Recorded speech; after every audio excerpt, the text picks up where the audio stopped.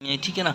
जो gas gangrene है इसको क्या कहते हैं, इसको क्लोस्ट्रीडियल मायोनेक्रोसिस भी कहते हैं या फिर क्लोस्ट्रीडियल गैंग्रीन भी कहते हैं। ठीक है। ठीक है ना।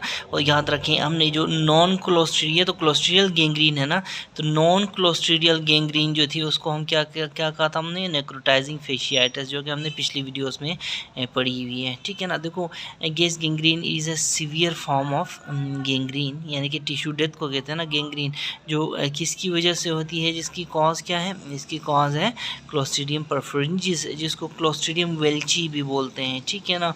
Clostridium welchii do logarithm here. ठीक है ना। तो ये क्या है, ये स्पोर फॉर्मिंग एनएरोबिक, ठीक है ना, स्पोर फॉर्मिंग है एनएरोबिक बैक्टीरियम है। ठीक है। कहाँ पाया जाता है, ये सॉइल में पाया जाता है, फीसिस में पाया जाता है। ठीक है। ठीक है ना। तो पेशेंट को, किसी भी पेशेंट को जब भी ट्रॉमा होती है तो ये फिर वहाँ से ह्यूमन बॉडी में चली जाती है।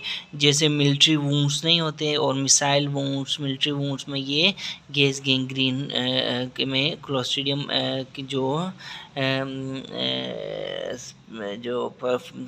परफरेंजिस ये बॉडी में दाखिल हो जाता है थ्रू ट्रॉमा या फिर मिसाइल इंजरीज, वारफेयर इंजरीज में। ठीक है। अच्छा, ये हो गया। ठीक है ना। देखिए मिलिट्री वूंड्स और मिसाइल वूंड्स में ये बहुत इंपॉर्टेंट बात याद रखनी चाहिए कि जब गोली वगैरह, जब या कोई ब्लड वगैरह लगती है तो बॉडी में फिर क्या होता है, कैविटी बनती है जिसमें कपड़े भी अंदर चले जाते हैं, धंस जाते हैं, इंट्रैपमेंट होती है ड्रेसेस उसकी। ठीक है, इंट्रैपमेंट होती है जिसकी वजह से क्या होता है, ये इन्फेक्शन गैस गैंग्रीन का फैल सकता है। और याद रखें एक और पॉइंट कि जो नीडल होती है ना, सुई जो आईएम लगाते हैं, कपड़ों के थ्रू जो आईएम लगाते हैं, उसमें भी बहुत ज़्यादा ख़तरा होता है पेशेंट को गैस गैंग्रीन होने का। तो ठीक है ना। तो ये नीडल के थ्रू इंजेक्शन लगाने से ये बचना चाहिए, ये बहुत लिथल हो सकता है। और तो आपको पता है कि जो गैस गैंग्रीन होती है वो इतनी इमरजेंसी होती है कि कभी कभी बगैर एनेस्थीसिया के ही पेशेंट की एम्पुटेशंस वगैरह देखी हैं मैंने। ठीक है। तो ये आपने याद रखना है। ठीक है ना। तो देखिए क्लोस्ट्रीडियल गैस गैंग्रीन सीजीजी, ठीक है, ये जो है ये हाईली लिथल होता है। देखो अगेन मैंने आपको पहले भी बताया, ये हाईली लिथल होता है। और क्या होता है, नेक्रोटाइजिंग सॉफ्ट टिश्यू इन्फेक्शन होता है। ये क्या है, highly lethal necrotizing soft tissue infection. And फिर क्या होता है, इसमें स्केलेटल मसल तक भी ये पहुंच जाता है, इसको भी इन्वॉल्व करता है। इसीलिए इसको क्या कहते हैं, क्लोस्ट्रीडियल मायोनेक्रोसिस। ठीक है। मायो देखो मसल, मायो से मतलब मसल, इसमें स्केलेटल मसल इन्वॉल्व होता है। ठीक है ना। याद रखें necrotizing fasciitis does not involve muscle. ठीक है।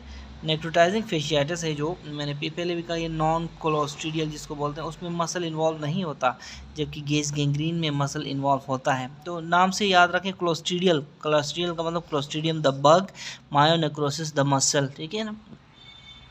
ठीक है ना।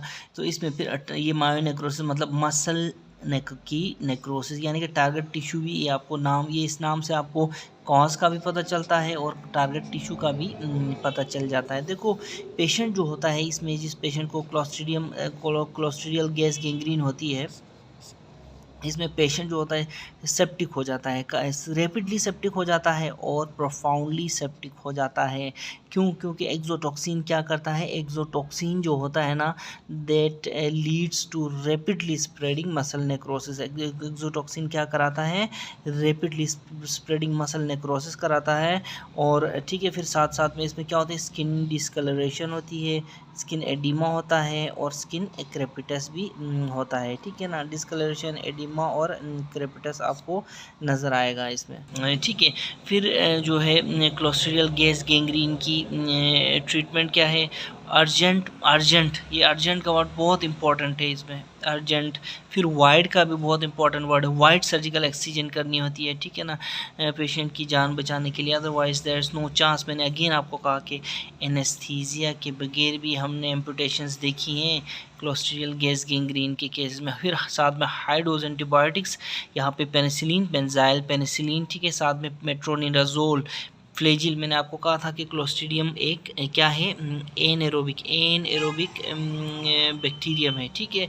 तो मेट्रोनिडाजोल देते हैं, ठीक है। फिर साथ साथ में क्या करना होता है, साथ साथ में एम्पुटेशंस भी रिक्वायर्ड होती हैं, ठीक है। एम्पुटेशंस की ज़रूरत पड़ती है इसमें, ठीक है ना। याद रखें क्लोस्ट्रीडियम गैस गैंग्रीन की वेरी वेरी हाई मोर्टेलिटी है, ठीक है ना। इसकी मोर्टेलिटी बहुत हाई है।